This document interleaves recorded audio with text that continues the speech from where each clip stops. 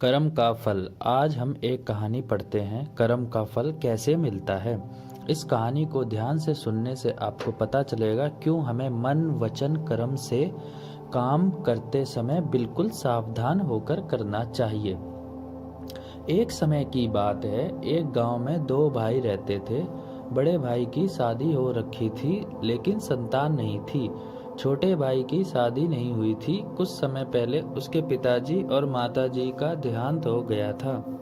दोनों भाई आराम से एक ही घर में रहते थे। कुछ समय के बाद छोटा भाई बीमार हो गया तो उसके बड़े भाई ने काफ़ी इलाज कराया लेकिन वह ठीक नहीं हो रहा था। फिर एक दिन बड़े भाई की पत्नी ने बोला कि ऐसे तो यह सारी प्रॉपर्टी दवाइयों में ही बेचनी पड़ेगी, क्योंकि धन तो ज़्यादा लग रहा था। आपका छोटा भाई क्यों ना इसको जहर देकर मरवा देते हैं और सारी प्रॉपर्टी हमारी हो जाएगी। भाई के मन में भी यही विचार आया कि हम ऐसा कर सकते हैं। बीमार तो यही है भी, यही सब यही कहेंगे कि बीमार था इसलिए मर गया। यह सोचकर बड़े भाई ने छोटे भाई को जहर दिलवा दिया, एक वैद्य को कहकर। वैद्य ने जहर देने के लिए 500 रुपये लिए थे रिश्वत के तौर पर, और जहर देने के कुछ समय के बाद वह छोटा भाई मर गया। रिश्तेदारों ने कहा कि छोटा भाई काफ़ी समय से बीमार था, दवाइयाँ भी चल रही थी, लेकिन भगवान को कुछ और ही मंजूर था। सभी दुख प्रकट करके चले गए। वह पति पत्नी बड़े खुश हुए मन ही मन कि चलो अब हम ही सभी प्रॉपर्टी के मालिक हैं। कुछ समय उपरांत उनके एक लड़का उत्पन्न हुआ। उस लड़के का पालन पोषण उन्होंने बड़े ही ध्यान से और बड़े ही सफलतापूर्वक किया।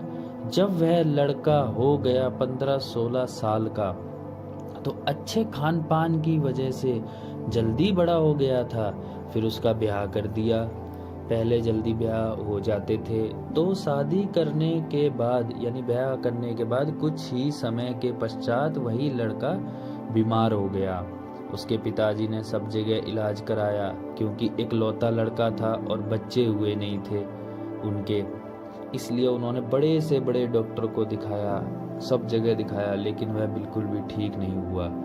और उसकी जो प्रॉपर्टी जो उसने अपने छोटे भाई की ली थी वह सब खत्म हो गई इलाज में। एक दिन उस लड़के का पिताजी ऐसे ही चारपाई पर बैठा हुआ था अपने बेटे के पास, तो उसका बेटा बोलता है कि अरे भाई साहब इधर आओ मेरे सिर के पास। तो उसका पिताजी बोलता है कि बेटा मैं तेरा पिताजी हूँ, भाई साहब नहीं हूँ। तुम लगता है दिमागी रूप से ज़्यादा बीमार हो, इसलिए अपने पिताजी को नहीं पहचान पा रहे हो, दिमागी संतुलन खराब हो गया है और मुझे भाई बोल रहे हो। इतना सुनकर लड़का बोला, नहीं भाई मैं आपका भाई हूँ, छोटा भाई जिसको आपने मारा था, और अब मेरा सिर्फ कफन का पैसा रह गया है, बाकी सारा पैसा मैंने अपने ऊपर खर्च करवा लिया है।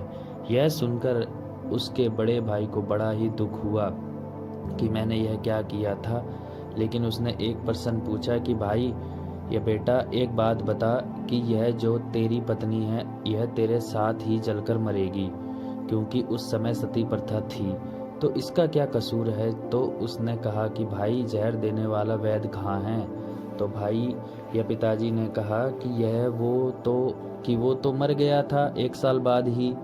तो वो लड़का बोला कि ये वही वैद्य है जो लड़की बनी हुई है और मेरी पत्नी बनकर आई है कर्मों के हिसाब से। अब ये अभी जिंदा जलेगी, क्योंकि उस समय सती प्रथा थी। वैद्य होकर जहर दे दिया, इससे बड़ा पापी और कौन होगा।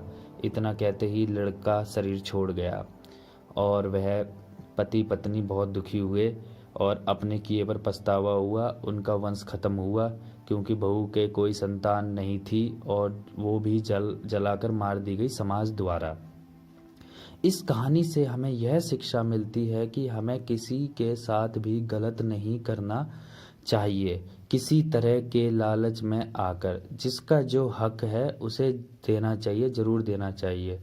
भगवान के घर सभी का इलाज होता है, भगवान के घर कुछ भी नहीं छुपा, इसलिए सोच समझ के सभी काम करें और भगवान से डरकर कोई भी काम करना चाहिए। धन्यवाद। आपको ये कहानी अच्छी लगी हो तो चैनल को सब्सक्राइब करें और लाइक करें। धन्यवाद।